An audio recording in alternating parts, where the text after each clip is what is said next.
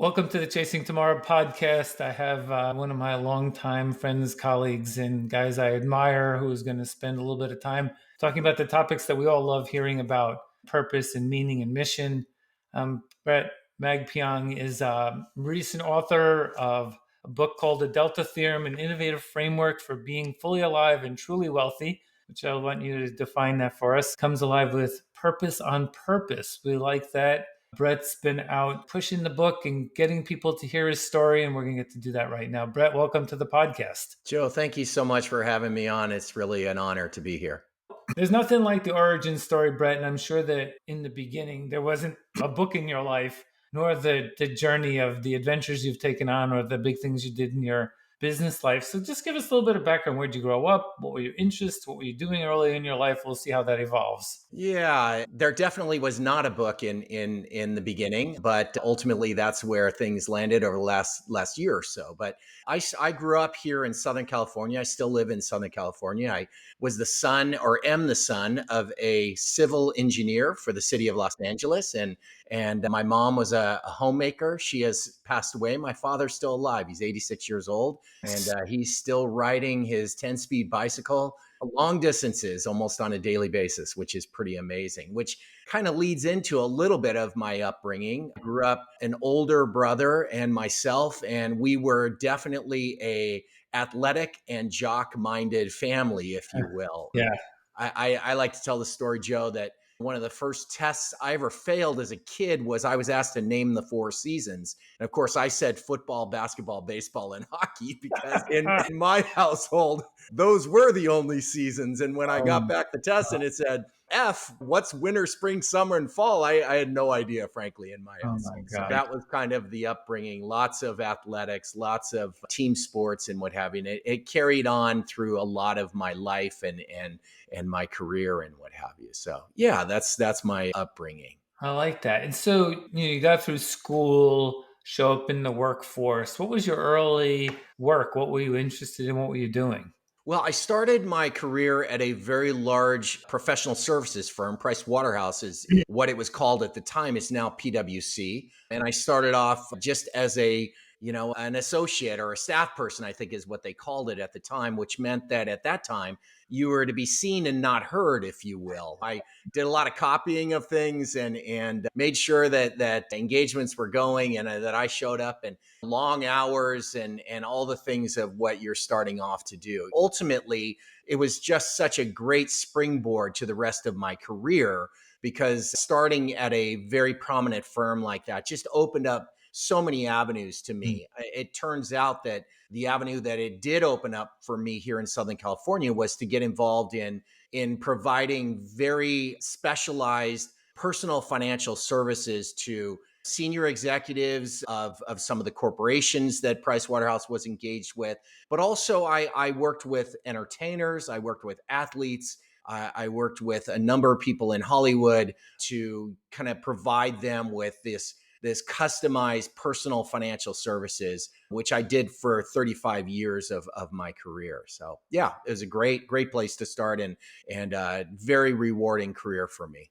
Yeah, we like that we have to start somewhere, right? And how we apply ourselves really is the beginning of what our lives and our career becomes. It's the same kind of thing. Like there was always a book in you, but you didn't know that because you had to start somewhere. And it's the same in your career. You didn't know specifically you do that, but you get in the game. Good piece of advice, huh? So as you started to get into this, you're working with people, you're helping them with their finances, you're probably learning a lot about that. Were you doing any athletics or big challenges along the way, working, building a family? What was going on also? Well, I'd say that early on in my career, it was just mostly work, and I was not engaged that much with any kind of significant physical challenges, if you will. Ultimately, I did get married, which was a large relational challenge, if you will. And I've been married for over 30 years now to my Okay. same wife. And in the course of that, we have a daughter, and she's 25 years old. And so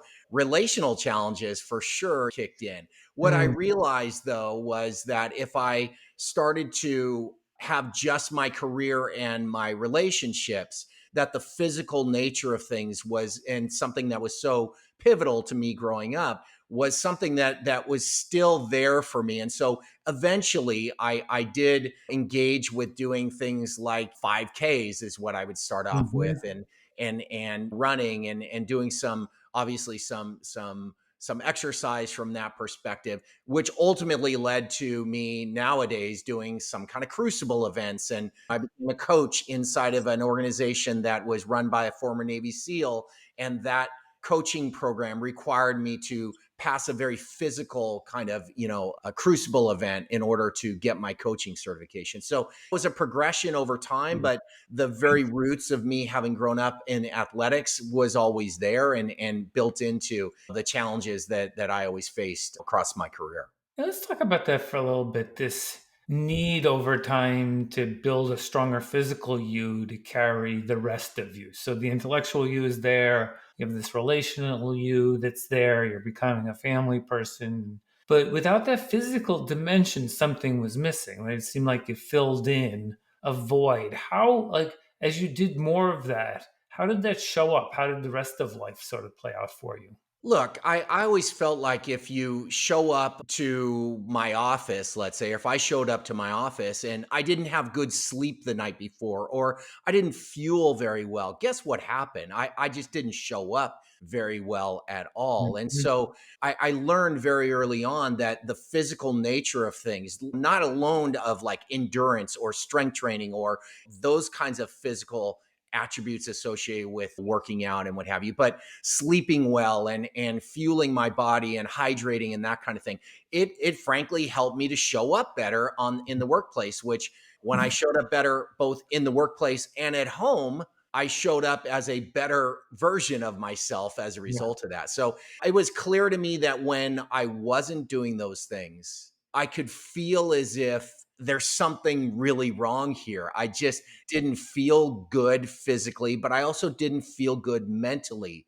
And that was had a significant impact on, let's say, that engagement. And so I ultimately realized, gosh, I really got to stick with this, making sure that my physical body was going well, and it helped me to show up that much better.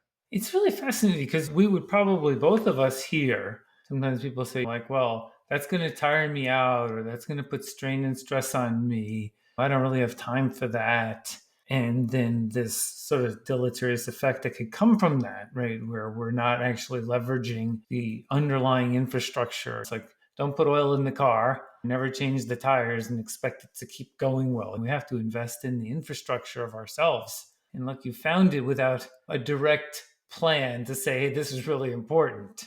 Yeah, yeah, no doubt. I mean, let me give you the story of something I alluded to previously. I did go through this coaching program, and the coaching program had a lot of training around the table stakes for how to be a coach, asking good questions, Hmm. and engaging, and active listening, and those kinds of things. But what it also added was this dimension of the physical nature of things. And what it ultimately meant was that I had to pass a 12-hour crucible event, which was fashioned after kind of a Navy SEAL Hell Week type of engagement. They had us doing things that we didn't know what was coming at us. Hmm. There was a lot of chaos, and we had to learn how to be mentally tough, physically strong, those kinds of things. Well, Yeah. the first thing that I ever did was I was invited with my cohort early on in this program down to San Diego. And when we met, we had to do 300 burpees in 30 minutes. Okay, Oh, Joe, I hadn't done a burpee in 20 years. Okay.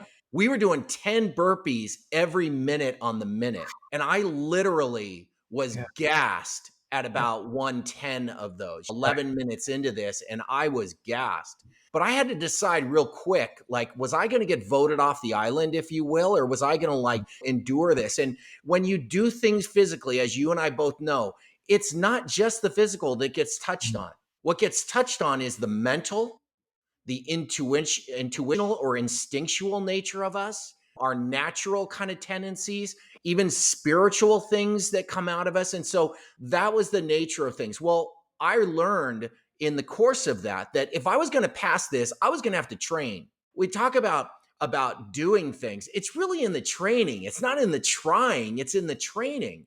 And I remember waking up at 4 o'clock in the morning because I had to get on the freeway by 7 to get in the office. And I woke up at 4 o'clock in the morning. It was still dark out. And I was in my garage and I was doing burpees. And I had to answer this question: why am I doing this? Why am I doing this?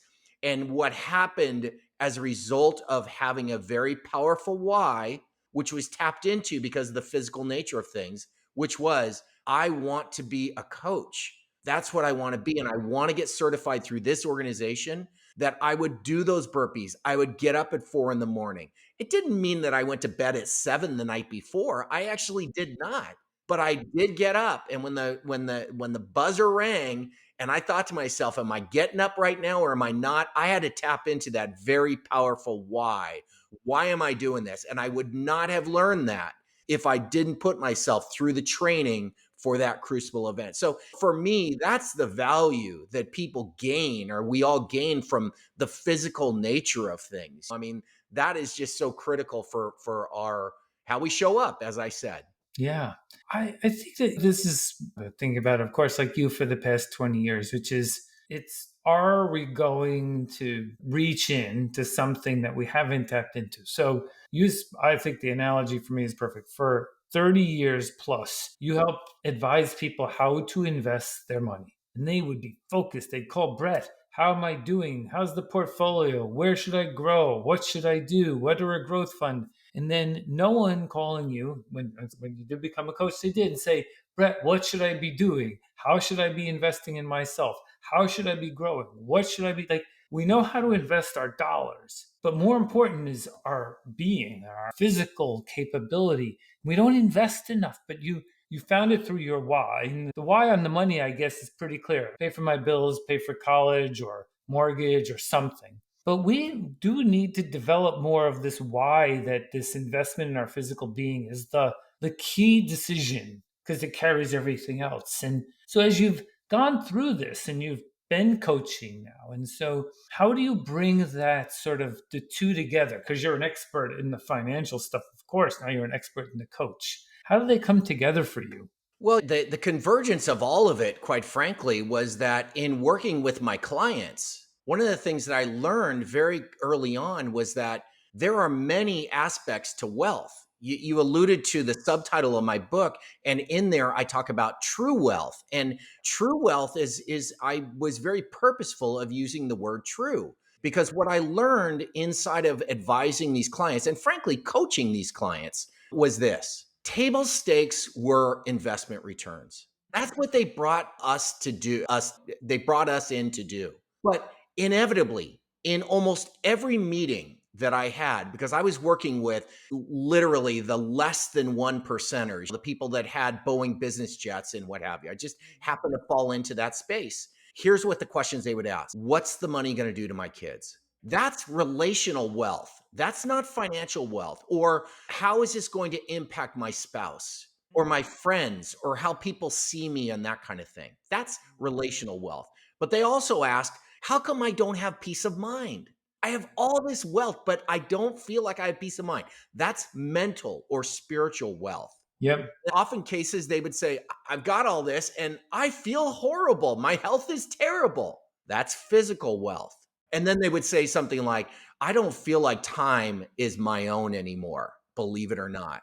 And that's temporal or time wealth. And so when I talk about true wealth, learned from years of experience of working with the most financially wealthy people in our country, was that true wealth in their eyes was financial, relational, mental and spiritual, physical, and temporal. That's when you have true wealth. And so for me, I started to see that like that was the kind of thing that really was interesting for people, me, you, anyone. We know that the financial is important and it's critical, but it's only a small piece of what it means to feel really, really wealthy. And so the physical component of stuff was built into that recognition and realization. It's great. I mean, it's beautiful capturing of those different elements that most people don't have a language that they could use. They know don't feel good, right? I don't feel satisfied, or I don't feel great, even though my bank account is full and I'm filling it up more. So it's great for you as a coach then to dimensionalize it, because then that's something I can work on, right? I can take each of those pieces and what am I doing with my 106 hours in a week? Are any of them working on my relational wealth or my emotional wealth? And That's so, right. Yeah, yeah. So here was one thing that I did with one of my clients. This gentleman was and is a giant. I mean, just literally was a larger than life individual, and he had a young son, was in his teens and stuff. And so I said to him at one point, "Listen, your son." He, like everyone else, is like he just looks up to you, and all of us are intimidated by you, and you probably use that intimidation in business, which he acknowledged. But this is your son who you don't want to use that with. Why don't you do this? Why don't you invite your son into the boardroom with you and just tell him to sit behind you and watch you operate there?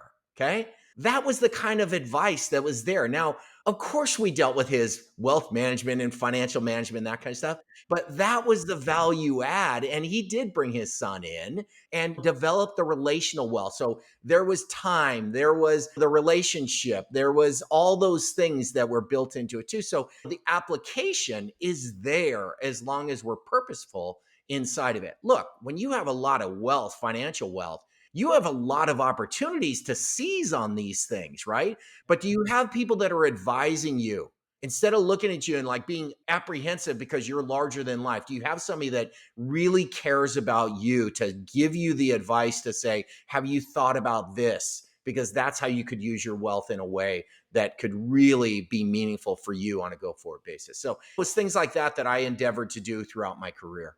yeah, no, that's great. Well, the sort of platform from which to have a dialogue, there was trust already established. You saw an opportunity, and I'm sure in the way you did it is you didn't tell someone what to do. You gave them a framework for thinking, right? Because none of us really want to be told what to do. I guess we're yelled at if we're a Navy SEAL. But so as you think about like, okay, so now you're starting to evolve these two, and you're starting to take on some of these bigger crucible kind of events. Was there a moment, or was this just you kept on adding, like, hey, I could try a little more, I could do a little more. Next year, I want to do something. How are you sort of setting these new objectives? Was the community we're part of, or was it you just wanted to explore deeper and bigger? I think it was a combination of both of what you just described for me. Certainly, community is important. I mean, I think it was Jim Rohn who said that you are the average of the five people that you're closest with. And Yep. I think they think that's absolutely true. When I'm around people that I see them doing something or they encourage me to try this or what have you, that's where I would get exposed to something that I had the choice to make at that point in time. Do I do it or do I not? And so that was it from there. I also was very purposeful around training, frankly. And what I mean by training is that I was purposeful around training areas that I wanted to train in. And one key area was mental toughness. It's always been something that has been very important to me. I love that notion of watching a golfer stand over a 3 foot putt to win the US Open and thinking to myself, this has so much to do with his mental condition at this point in time than the physical nature of the stuff. I mean, they can nail a 3 foot putt, but can they mentally kind of do that? And so training the mind to be able to respond under difficult circumstances. And the reality is that our minds, I'm convinced, they get trained extraordinarily well when they're under stress, right? That's when you really kind of like figure out what you're all about, what your training has done. How do you habitualize kind of like just actions so that you show up and you do very, very well. So when I coupled the community that was very important to me with this endeavor to build mental toughness, I found myself wanting to do these crucible events. Now, Joe, I'm not one of these people that has to outdo myself the next time. I mean, there are some that have to do something bigger and better the next time. I don't feel that way about me. I don't. I can do the same event and it can be just as difficult or tough because I focus on another area that maybe I didn't focus on before. And so I think this chasing after the next bigger and better thing is there's a little bit of it's interesting to me. I can't make any judgments around that. It's just interesting that that would be the case. For me, I felt like, no, I'm good. Now, I wouldn't take on things that I knew I could just do. I mean, that you don't want to do, but some of these things that I have done, I barely made it through the first time. So going through a second time, I knew it was going to be difficult. That's the reality of the situation. I like that. Let's talk about this mental toughness a little bit more. How do you define mental toughness? I would say that for me, it's a steely mind. It's that ability to focus in when all kinds of chaos is going on around you, and having that steely, calm mind in the midst of chaos.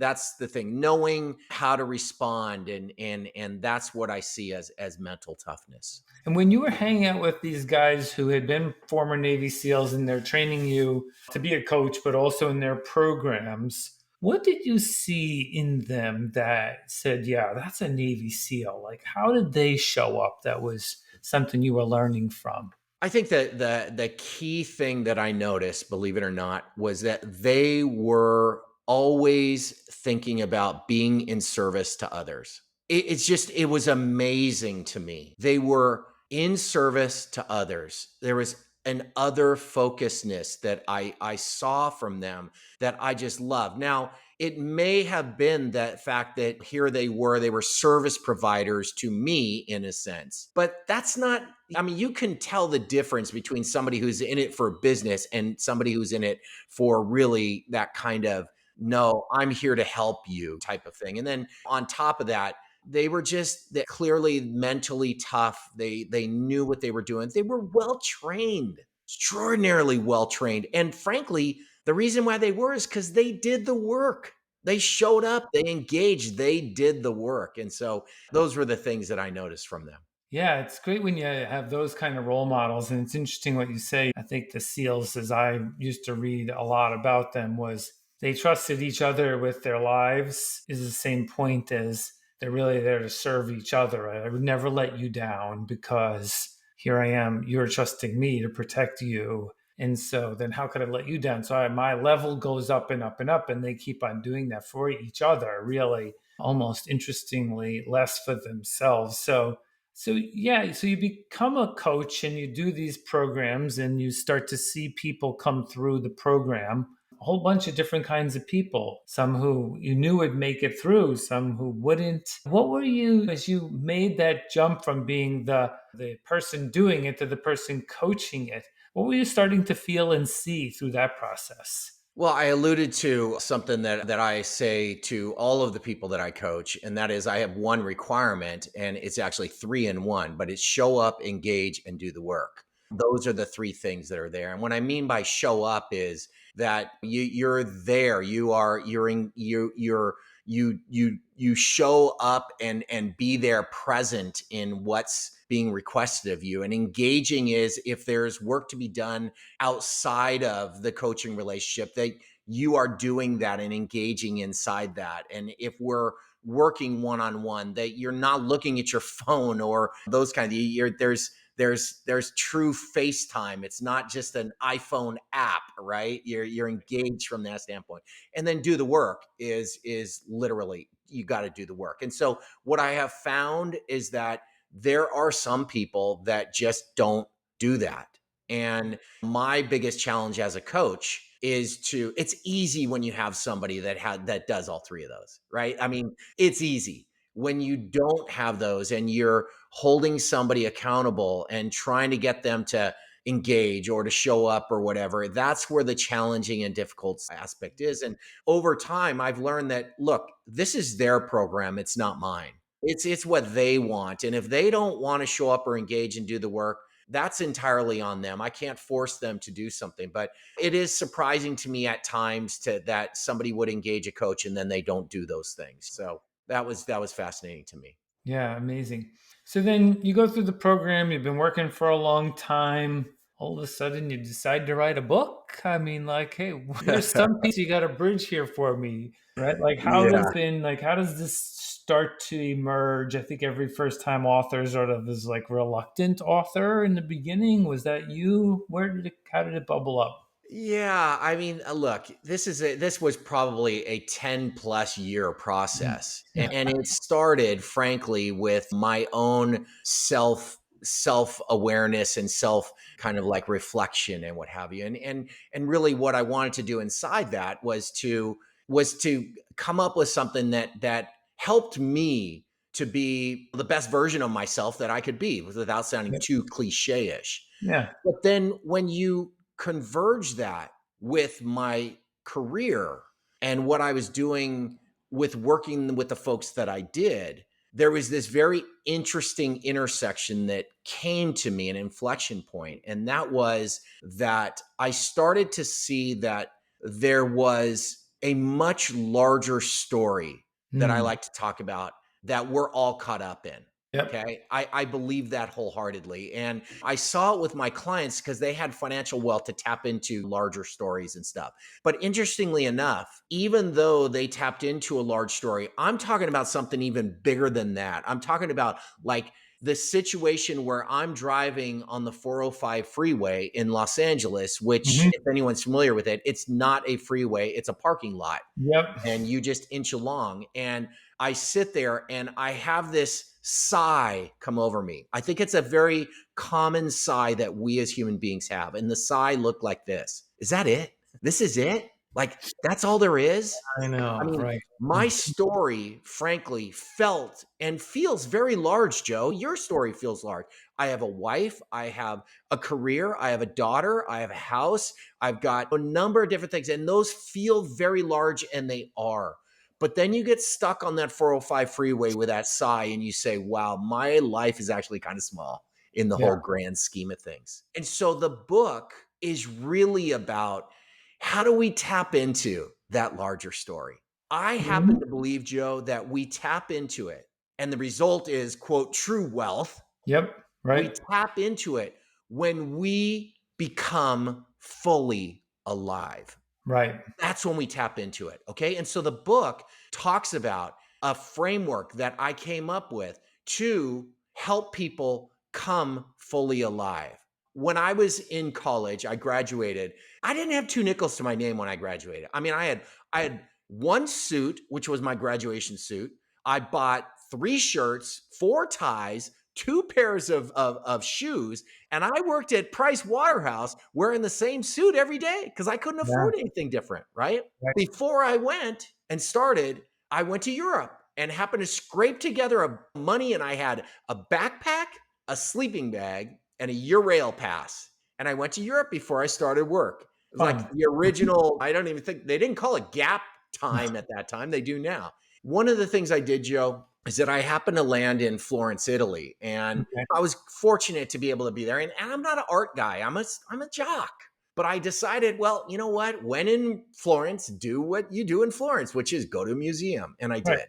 And in this one museum were works of Michelangelo, and that's why I went there. So I go in, and you go down this hallway, and they are four works that are called the unfinished works of Michelangelo. They Mhm. are blocks of marble that have just a portion of them having been carved out, an arm or a torso or a head. And but let me tell you, they're the perfect arm. They're the perfect torso. It's almost like take yourself and drop yourself into some wet cement halfway, and you got half that's like outside and half that's like buried inside of there. They're actually called the prisoners, it turns out. Oh, wow. For Mhm. great reason, right? They Yeah. are stuck inside this and they need to be released. Well, the way that the curator worked this was that you turn this corner, and at the end of this hallway is the statue of the David. And it is the most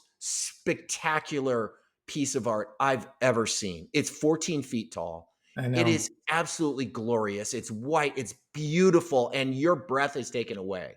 Well, years later, as I either sat on the 405 freeway or I was just contemplating life in general, I thought to myself, that is the analogy of our life. Right. We all have this raw material that we're made out of. And somebody comes along, whether they be parents or teachers or coaches, and they help chip away so that Mhm. when we're stuck inside there, we start to come alive a little bit. And then when we are fully released and we are kind of living in glory, if you will, and I mean that in a good sense, right? Not Sure. in an arrogant way, but Yep. in that place where you just know you're made to do this, then you are that David, and people are attracted to you as a result of it. Hmm. The book is all about trying to figure out, how do we come fully alive? Yeah. How do we become that David, that thing that's attractive to others, so that not only can we develop true wealth for ourselves, but that wealth actually gets spread to others as a result of that. That's what the Delta Theorem is all about. And that's why I wrote the book in a 10-year process of going through this. That's beautiful. I similar probably like I sort of look at art and I can appreciate it as an amateur. And I was in Florence and I saw David, and I actually don't really know why we're all so struck by it, because in one way it's just too simple and it's overwhelming. Though it's almost as if we're feeling Michelangelo in it. Like it's spiritual, even if you're not spiritual feeling. So I totally, when you were saying that, it just brought me back to there. And yeah, that I have a friend who's a sculptor, and he always says, we're not carving anything, we're taking away, we're Mm. liberating what's already in there. And so your book and your work is liberating what's already inside someone. We just haven't figured out yet how to get it out. And when we do, the statue of David is there and available for others to sort of appreciate that we should go through that process similarly. So I think the writing process is great for the writer, right? Because it sort of forces you to crystallize all of that. This 10 years, this 30 years, this like, well, maybe I write another book, but maybe I don't, but it doesn't really matter because I'm working on this. And so then you finish it and you publish it. Now people are reading it. How are you feeling about sort of this part of the process now that it's out there in the wild? You can go on Amazon. There's some just beautiful reviews on Amazon. It's available for sale. I read it. It's got great stories and frameworks and real good structure. So it's not just like a only coffee table book or like fiction. So how do you feel about it? I was like, did it end up how you wanted? Is it having the impact that you were hoping? Is it just sort of like, where is it? Yeah. So let me talk a little bit about the early process. And I think you probably can appreciate this. It was scary to put it, not because I thought it would flop, but because it was me. And Yeah. and Right. that is a very scary thing, to put yourself out there, right? And so Mhm. that was the original thing that was very scary inside of it. Joe, I pretty much had this idea that when I put it out there, I was just going to trust the process. Mm. And it was like, whatever happens with it happens with it. Yeah. Many people ask me, how are the sales and all that? Look, I get it. And it's done well, and it's received accolades on Amazon and what have you, and rankings and that kind of stuff. But the reality is that if it literally impacts one person's life, then I'm stoked on that. I mean, Yep. I really am. So when you receive a review, and it's one that really kind of speaks about how their life was impacted as a result of it, that's extraordinarily rewarding. And so it has done what I had hoped that it would do. And I think more than anything else, probably, is that I did it. Yeah. Right? I mean, I Yeah. did it. I got it done. Here's the funny thing. There's there's this tactic that we all hear about, and that is, write your goal down, put it on a piece of paper, stick it in front of you, and then look at it all the time. And then that's what will help you to like kind of get there and that kind of stuff. I actually did that. And here's what it was. About 6 years ago, or 6 years prior to publishing the book, I Mm. wrote, I will write a book by the age of 60. Mm. That's what I did. And I Yep. put it up somewhere, and it was there. I delivered the book to the publisher on February 28th, 2023. My birthday, my 60th birthday, was March 10th, 23. Look at how That was, to me, like, mm, okay, this is good. Okay. like in a box. I did it. I said I was going to do this. I followed through. How many people don't follow through on their ideas and their dreams? It's just, no, I'm not going to be one of those people. I'm going to follow through. And the result of it was well received. And so I think that's the cherry on top of it for me. I'm going to try something with you. So there are these words that always sound really big and they're intimidating. And so one of them is this idea of transcendence. And so we're like, oh my God, what could that possibly mean? And so go on our journey and we can study Buddhist religion, we can find other methods and retreats and all of that. And then you find, at least this is what I found, and let's see what you found, is that transcendence is the day when you sort of finally love yourself and become comfortable with who we are. We're no longer proving, really, it is never to the world, it's only to ourselves, the proof, right?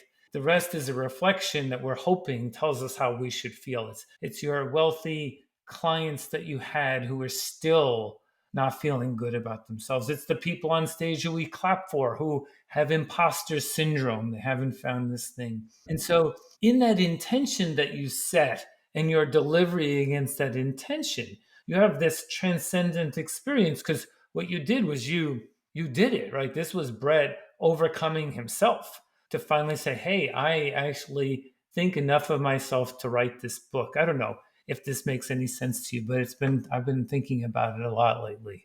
Yeah, yeah, for sure. I think that when I think of transcendence in the whole process of the book, yes, getting it out there, it felt very good in the way that you're describing. My acknowledgement section, probably the transcendence, Yeah. Mm-hmm.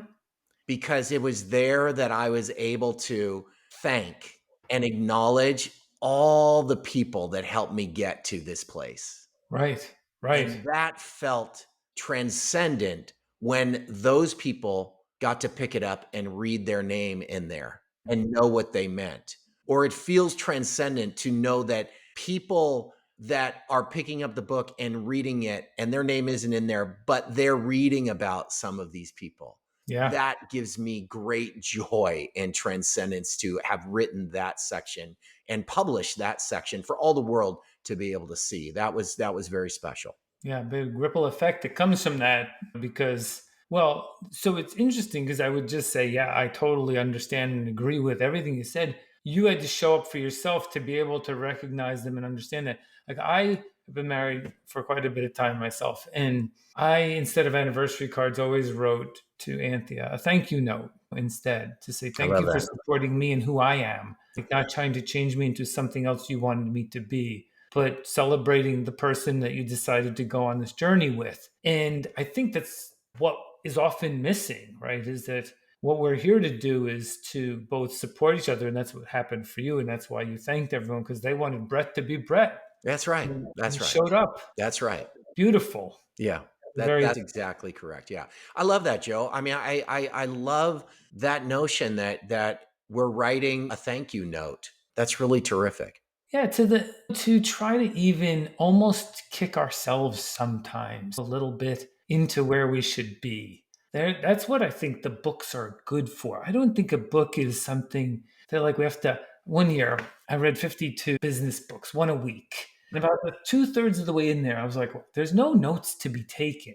Right. This is about just affecting my thinking, right? And there would, because you thought in the beginning, oh, that's a great idea. Here's another great idea. But they're only to just sort of trigger what we should become and can become through what we ask of ourselves. And that's what's so great about that book process, because we'll have forced you to actually make all sense out of all these great things you learned, share it with others, but also then connect the two together.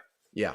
Yeah. Some of the best parts that I love having written are the most vulnerable and the Yeah. scariest components of stuff. And there's a lot of stuff that was left on the editing floor. And those were not the ones that were left on the editing floor. And they were also the hardest to keep in there because I'm putting my heart out there and letting people see that there's some parts of me that I aren't so pretty, right? Mm. But that's the essence of being human, right? Not the ability to do that, but that we can connect with each other. My intention was kind of that Navy SEAL intention in service to others. Yeah. There's somebody else out there that has that same story, and they're thinking to themselves, "Oh, this author, he would no, that's my story." Yeah. And we're in this together, and there is a way that I've been able to work through some of these things, and so there's probably a way for you to be able to work through these things too. So yeah, Yeah. that was all part of the process too. I think that thing we could possibly say is why does it take us so long? But patience is part of that process. Being when we're 25 and we're like full of vim and vigor and we're firing like on all cylinders, but we want to be somewhere immediately.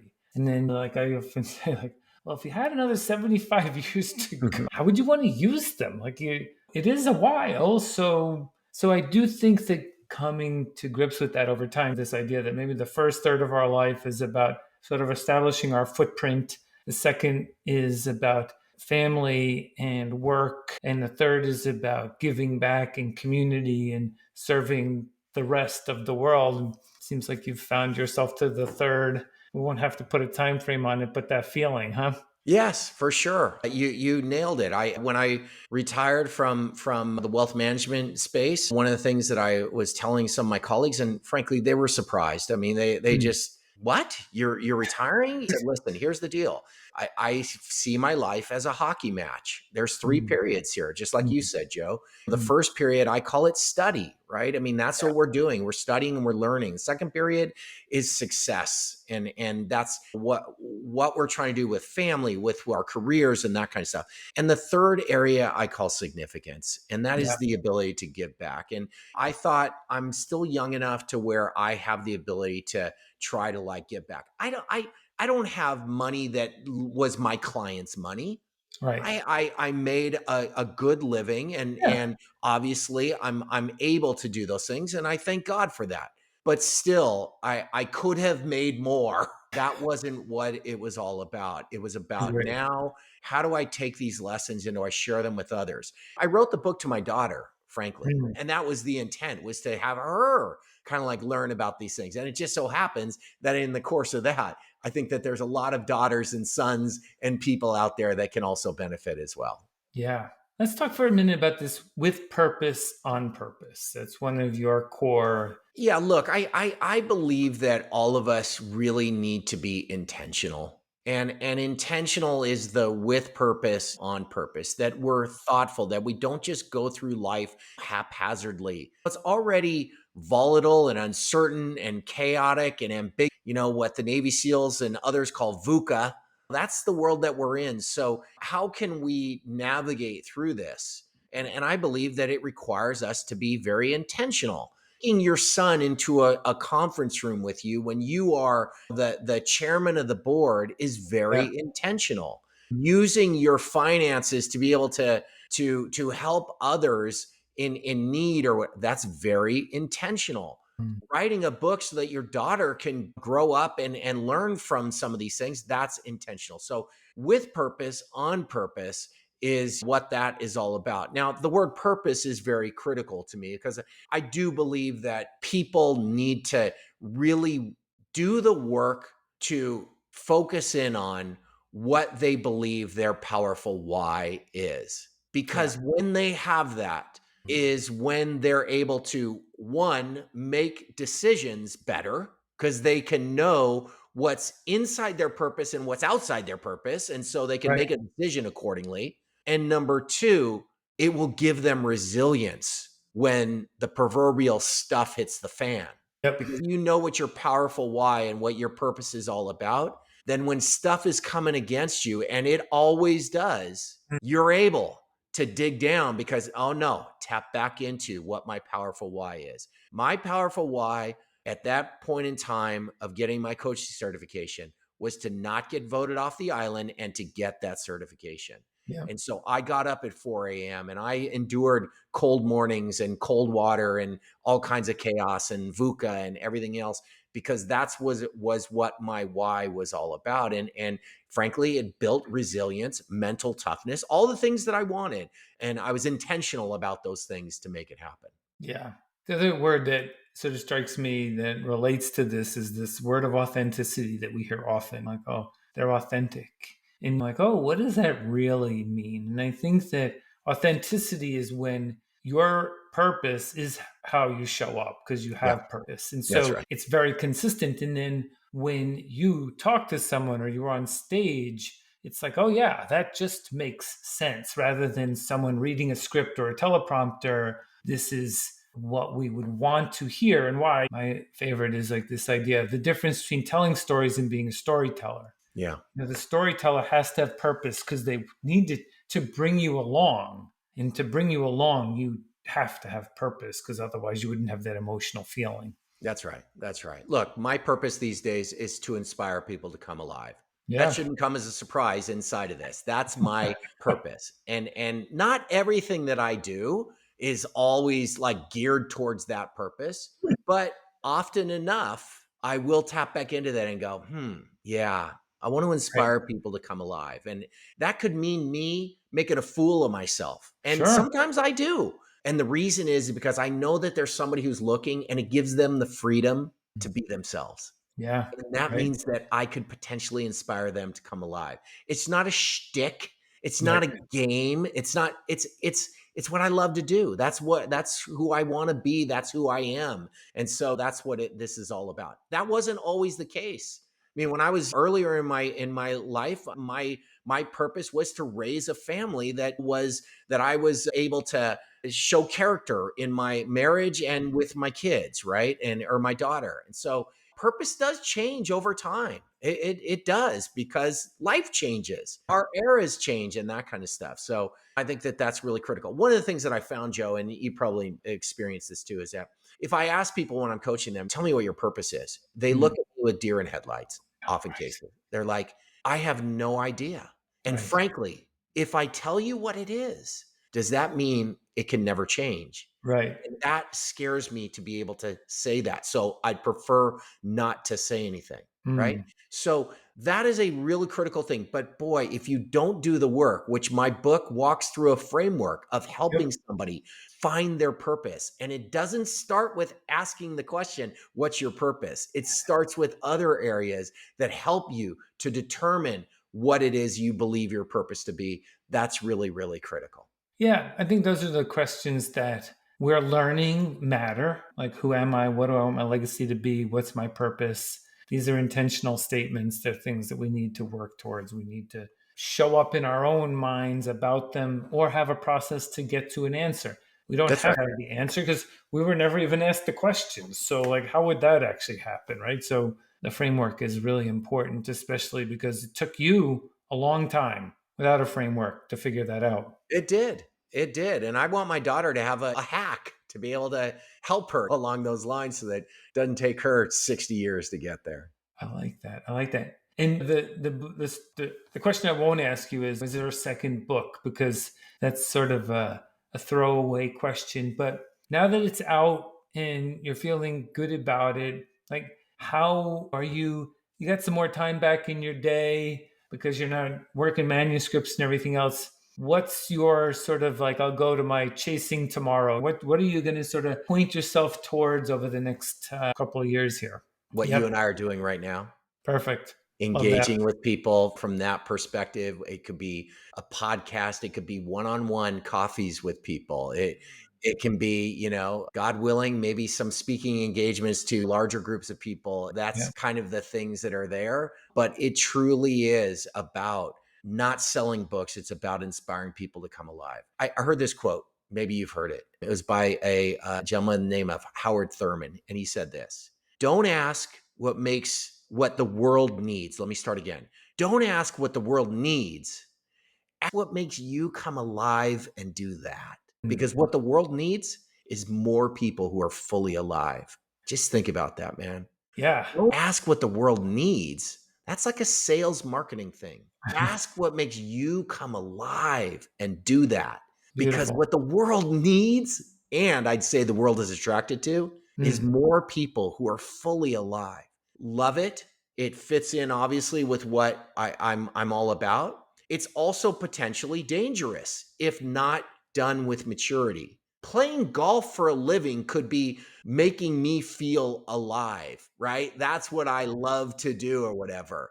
And yet I have a wife, I have a daughter, I've got some responsibilities and that kind of stuff. So it's not to be used irresponsibly, it's to be cultivated. Passion is cultivated.